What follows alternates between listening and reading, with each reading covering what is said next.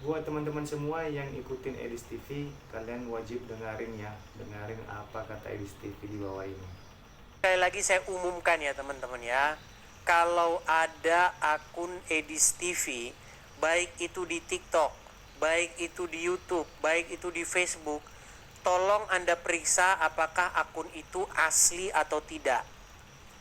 Kalau akun itu mengirim pesan kepada Anda, mengajak Anda untuk membagi nomor ini dan lain sebagainya, itu sudah pasti akun palsu.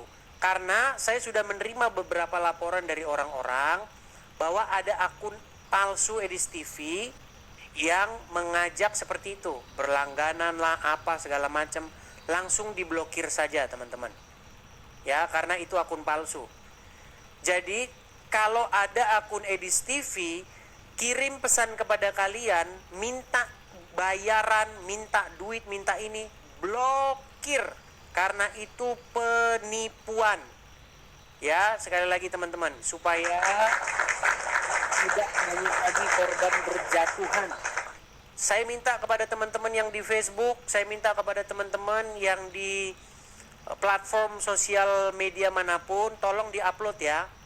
Kalau ada akun Edis TV minta bayar atau minta duit, blokir.